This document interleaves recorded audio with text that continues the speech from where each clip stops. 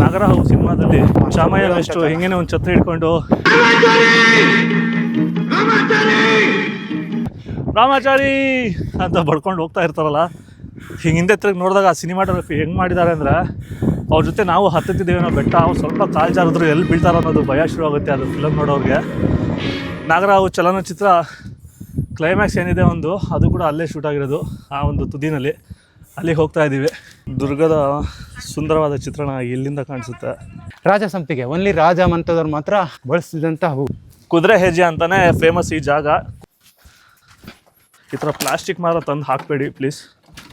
ಎಲ್ಲಿ ನೋಡಿದ್ರು ಪ್ಲಾಸ್ಟಿಕ್ನ ತಂದು ಹಾಕಿದ್ದಾರೆ ಜನ. ಅಲ್ಲಿ ಹಸಿರಾಗಿ ಕಾಣ್ತಾ ಇರುವಂತಹ ನೀರು, ಕಲ್ಯಾಣಿಗಳಲ್ಲಿ ಇರುವಂತಹ ನೀರು. ಹಾಗೆ ಈ ಕಡೆ ನೋಡಿದ್ರೆ ಕೋಟೆಯ ಅವಶೇಷಗಳು ಎಷ್ಟು ಚೆನ್ನಾಗಿದೆ ಅಂದರೆ ಈ ಒಂದು ಜಾಗದಲ್ಲಿ ನಿಂತ್ಕೊಂಡು ನೋಡ್ತಾ ಇರೋದು ಇದು ಎರಡು ಕಣ್ಣು ಸಾಲ್ತಾ ಇಲ್ಲ. ಚೆನ್ನಾಗಿದೆ ಇದು. ಇಲ್ಲಿ ಕೂತ್ಕೊಂಡು ನೋಡುವಂಥದ್ದು ಹೆಂಗಿದೆ ಅಂದರೆ ವಾವ್. ಆ ಕೋಟೆ ಹೆಂಗಿದೆ ಅನ್ನೋದು ಅದನ್ನು ತೋರಿಸುತ್ತೆ ಅದು. ಚಿತ್ರದುರ್ಗಕ್ಕೆ ತುಂಬ ಸರಿ ಬಂದಿದ್ದೀವಿ. ಚಿತ್ರದುರ್ಗ ಬಂದಾಗ ಹತ್ತಲೇಬೇಕಾಗಿರೋಂಥ ಒಂದು ಜಾಗ, ಒಂದು ಕೋಟೆ ಅಂದರೆ ಚಿತ್ರದುರ್ಗದ ಕೋಟೆ. ಅಲ್ಲಿಗೆ ಬಂದಿರೋದು. ಆ್ಯಕ್ಚುಲಿ ನನಗೆ ಕರ್ಕೊಂಡು ಬಂದಿದ್ದು ಇನ್ನೊಂದ್ಸರಿ ಚಿತ್ರದುರ್ಗದ ಕೋಟೆನ ಬೇರೆ ಥರ ತೋರಿಸ್ತೀನಿ ಅಂತ ನಮ್ಮ ರಾಮದಾಸ್ ಅವರು.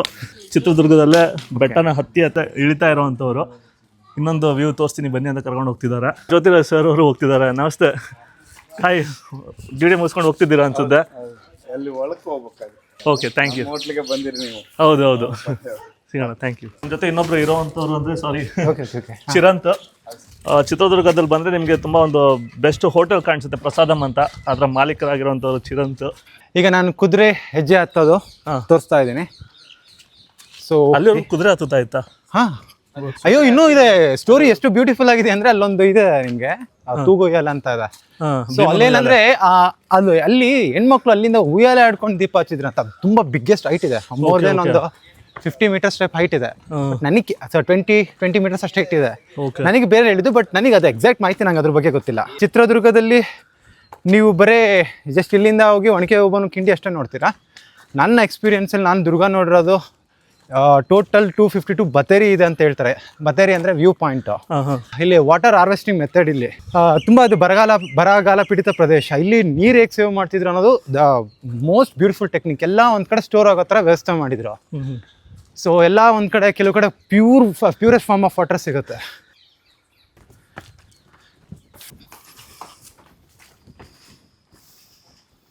ಇಲ್ಲಿ ಸೈನಿಕರು ಕಮ್ಯುನಿಕೇಟ್ ಮಾಡ್ಕೊಳೋದಕ್ಕೆ ಕೂತ್ಕೊಂಡು ಈ ಥರ ಅಸಣ್ಣ ಇರ್ತದೆ ಸೈನಿಕರು ಅಂತ. ಅಷ್ಟು ಸ್ಲಿಮ್ ಫಿಟ್ ಇರ್ತಿದ್ರು. ಅಯ್ಯೋ, ಒಣಕೆ ಒಬ್ಬನ ಕಿಂಡಿ ಇಷ್ಟ ಇದ್ದಿದ್ದು. ಇಲ್ಲಿ ಮೇಲ್ಗಡೆ ಹಲ್ಲಿದೆ ಅಂತ ಹಿಡಂಬಿದು. ಅವ್ರಿದ್ರ ಪೂಜಾರಿ ಭೀಮನ ವ್ಯಾಲೆ ಅಂತಾರ ಇದಕ್ಕೆ. ಹಾಂ, ಹಿಡಂಬೇಶ್ವರ ದೇವಾಲಯ ಈ ಕಡೆ ಬರುತ್ತೆ. ದುರ್ಗದ ಸುಂದರವಾದ ಚಿತ್ರಣ ಇಲ್ಲಿಂದ ಕಾಣಿಸುತ್ತೆ. ಅಷ್ಟೊಂದು ಚಿತ್ರಗಳಲ್ಲಿ ನೋಡಿರ್ತೀವಿ.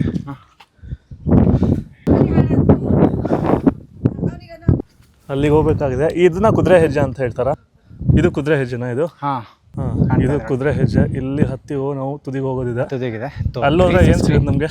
360 ವ್ಯೂ, ಕೋಟೆ ಪ್ಲಸ್ ಸಿಟಿ.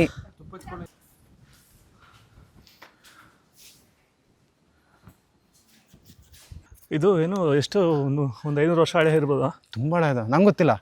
ಬಟ್ ಮದಕರಿ ನಾಯಕ ಕಾಲದಿಂದ ಇತ್ತು ಅಂತ ಹೇಳ್ತಾರೆ. ಸಂಪಿಗೆ ಮರ. ಹಾಂ, ಸಂಪಿಗೆ. ಅದಕ್ಕೆ ಸಂಪಿಗೆ ಸಿದ್ದೇಶ್ವರ ಅನ್ನೋದ. ಹಾಂ, ರಾಜ ಸಂಪಿಗೆ ಓನ್ಲಿ ರಾಜ ಮಂತದವ್ರು ಮಾತ್ರ ಬಳಸ್ತಿದ್ದಂಥ ಹೂಗಳು. ಇವಾಗ ಸಂಪಿಗೆ ಸೀಸನ್ ಅನ್ಸುತ್ತಲ್ವ? ಇಲ್ಲ ಇದೆ, ಬಟ್ ಇದ್ರಲ್ಲಿ ಬಿಡೋದು ರೇರ್. ಇದು ಬರೀ ಒಂದು ಬಿಟ್ಟರು ಕೂಡ ಫುಲ್ ಸ್ಮೆಲ್ ಇರುತ್ತೆ ಇಲ್ಲಿ.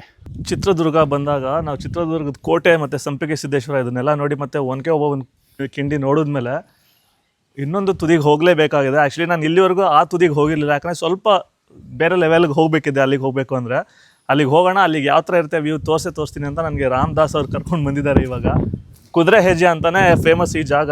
ಕುದುರೆಗಳು ಆ ಜಾಡಲ್ಲಿ ನಡೀತಾ ಇರುವಂತೆ ಒಂದು ಹೆಜ್ಜೆ ಹಾಕ್ಕೊಂಡು ಹೇಗಿರುತ್ತೆ ಅಲ್ಲಿಗೆ ಹೋಗೋದಕ್ಕೆ, ಯಾವ ಥರ ವ್ಯೂ ಕಾಣುತ್ತೆ ಅಂತ ನೋಡೋಣ ಬನ್ನಿ. ಒಂದು ಪ್ರವಾಸಿಗರು ಇಲ್ಲಿಗೆ ಇದೆಯಾ ಅಲೋ ಇದೆಯಾ? ಹಾಂ ಇದೆ. ಹಾಂ ಇಲ್ಲಿಂದ ಸ್ಟಾರ್ಟ್ ಆಗುತ್ತೆ. 6 ಗಂಟೆಗೆ ಕ್ಲೋಸ್ ಆ್ಯಕ್ಚುಲಿ ಕೋಟೆ. ಅದಕ್ಕಿಂತ ಮುಂಚೆ ಕೋಟೆ ಸುತ್ತಮುತ್ತ ನೋಡ್ಬೋದು. ಈ ಥರ ಪ್ಲಾಸ್ಟಿಕ್ ಮಾರ ತಂದು ಹಾಕಬೇಡಿ ಪ್ಲೀಸ್. ಎಲ್ಲಿ ನೋಡೋದು ಪ್ಲಾಸ್ಟಿಕ್ನ ತಂದು ಹಾಕಿದ್ದಾರೆ ಜನ. ಇದೊಂದು ಚಪ್ಪಲಿ ಇಟ್ಬಿಡಿ. ಹಿಂಗೆ ಮೇಲೆ ಹೋಗೋದಾ? ಹಾಂ ಚಪ್ಪಲಿ ಇಟ್ಕೊಂಡು ಹತ್ತಕ್ಕಾಗಲ್ಲ, ಇಲ್ಲೇ ಬಿಟ್ಬಿಡೋಣ. ಈ ಕೋಟೆ 85 ಡಿಗ್ರಿ ಇದೆ. ಇಲ್ಲಿದೆಯಲ್ಲ 85 ಡಿಗ್ರಿ ಇದೆ. ಸೊ ಸಮಥಿಂಗ್ ಲೈಕ್ ಕುದುರೆ ಥರ ಒಂದೇ ಸ್ಟೆಪ್ಸಲ್ಲಿ ತುಂಬ ಜನ ಹತ್ತುತ್ತಾರೆ. 90 ಡಿಗ್ರಿ ಅಂದರೆ ಈ ಥರ ಲಂಬ ಕೋನ ಇರುತ್ತಲ್ಲ, ಇದು ಸ್ವಲ್ಪ ಬಾಗಿದೆ ಅಷ್ಟೇ. 85 ಡಿಗ್ರಿ ಇಲ್ಲ, 60 ಡಿಗ್ರಿ ಇದ್ದಾಗ ಇಷ್ಟಿದ್ದಾಗ ಏನೋ ಸ್ವಲ್ಪ ಹಿಂಗೆ ಹತ್ಕೊಂಡು ಹೋಗ್ಬೋದು. ಬಟ್ ಇದು 85 ಡಿಗ್ರಿ ಇರೋದ್ರಿಂದ ಸಂಪೂರ್ಣವಾಗಿ ದೇಹ ಆಲ್ಮೋಸ್ಟ್ ಸ್ಟ್ರೇಟ್ ಆಗಿರುತ್ತೆ, ನೇರವಾಗಿದ್ದು ಹತ್ತೋದಂಥದ್ದು ಇರುತ್ತೆ. ಹೆಂಗಿರುತ್ತೆ ನೋಡೋಣ ಬನ್ನಿ. ಮಳೆ ಬೇರೆ ಶುರು ಆಯಿತು, ಜಿಟಿ ಮಳೆ. ಇದು ಕ್ರೇಜಿ ಟ್ರೆಕ್. ಇದು ಬಂಡೆನಲ್ಲೇ ಈ ಥರ ಮೆಟ್ಲು ಥರ ಕೆತ್ತಿದ್ದಾರೆ. ಬಟ್ ಇದ್ರ ಮೇಲೆ ಕುದುರೆ ಹೋಗ್ತಿತ್ತ ಅನ್ನೋದು ನನಗೆ ತುಂಬ ಡೌಟ್ ಅನ್ನಿಸ್ತಾ ಇದೆ. ಬಟ್ ಆದರೂ ಮೇಲೆ ಒಂದು ಬತೇರಿ ಇದೆ ಅಲ್ವಾ ಅಲ್ಲಿ ವ್ಯೂ ಪಾಯಿಂಟ್. ಹಾಂ, ಅಲ್ಲಿಂದ ಶತ್ರುಗಳನ್ನ ವಾಚ್ ಮಾಡೋವಂಥದ್ದು. ಒಂದು ವಾಚ್ಮ್ಯಾನ್ ಯಾರು ಇರ್ತಾಯಿದ್ರು, ಕೋಟೆ ಕಾವಲುಗಾರ, ಶತ್ರು ಯಾವುದೇ ಒಂದು ಮೂಲೆಯಿಂದ ಬರ್ತಿದಾರ ಅಂತ ನೋಡೋವಂಥದ್ದು ಇರ್ತಿತ್ತು. ಇಲ್ಲಿಂದಾನೇ ಎಷ್ಟೊಂದು ಸುಂದರವಾಗಿರೋಂಥ ಚಿತ್ರಣ ಕಾಣ್ತಾ ಇದೆ. ಇನ್ನೂ ಮೇಲೆ ಹೋದರೆ ಹೆಂಗೆ ಕಾಣುತ್ತೆ ನೋಡೋಣ.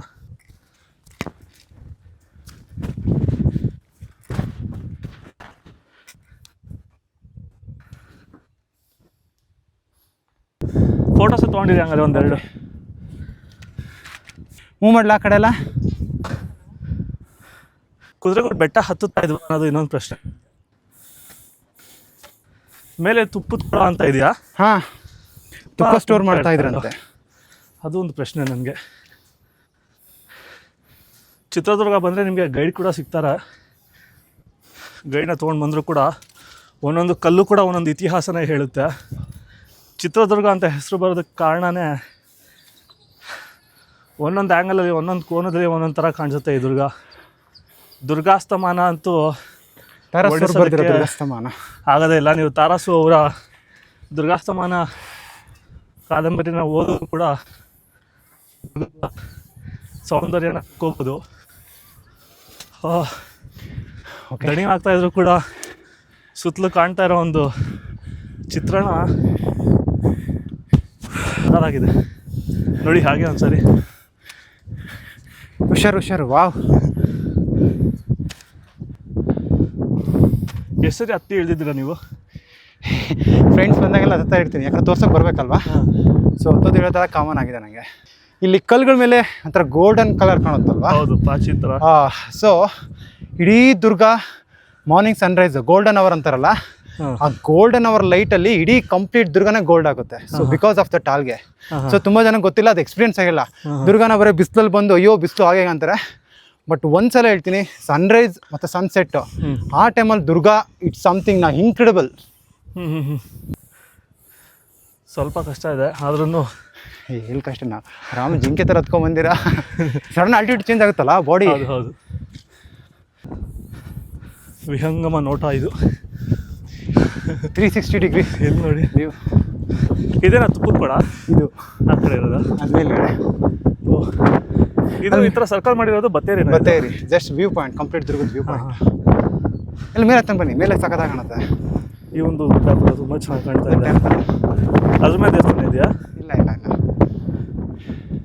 ಇಲ್ಲೊಂದು ಬತ್ತೇರಿ ಕಾಣ್ತಾ ಇದೆ. ವೇಟ್ ಇದನ್ನು ಕೂಡ ಅಂತಾರೆ ಇದಕ್ಕೆ. ಈರಿನ ಬೆಟ್ಟ ಕಾಣುತ್ತೆ.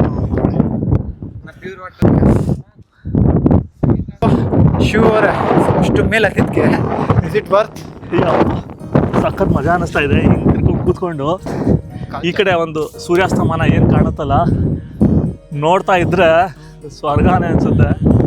ಚಿತ್ರದುರ್ಗನ ಹಿಂಗೆ ರೋಡಲ್ಲಿ ಹೋಗಿರ್ತಾ ಇದ್ದಿದ್ವಿ. ಕೋಟೆ ಅಲ್ಲಿವರೆಗೂ ಹತ್ತಿದ್ದೆ ನಾನು. ಈ ಒಂದು 360 ಡಿಗ್ರಿ ಏನಿದೆ ಒಂದು ರಮಣೀಯವಾಗಿದೆ.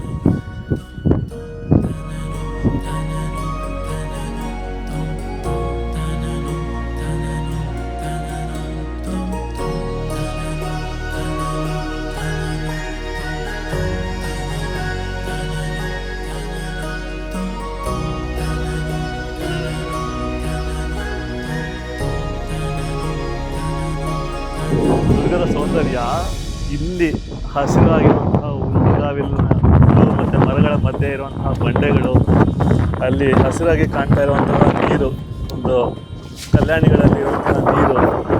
ಹಾಗೆ ಈ ಕಡೆ ನೋಡಿದ್ರೆ ನಿಮಗೆ ಕೋಟೆಯ ಅವಶೇಷಗಳು ಮತ್ತು ಇನ್ನೊಂದು ವಸತಿ ಇತ್ತು ಅನ್ನೋದಕ್ಕೆ ಇರುವಂತಹ ಒಂದೊಂದು ಕೊಠಡಿಗಳ ಥರ ಕಾಣುವಂಥದ್ದು.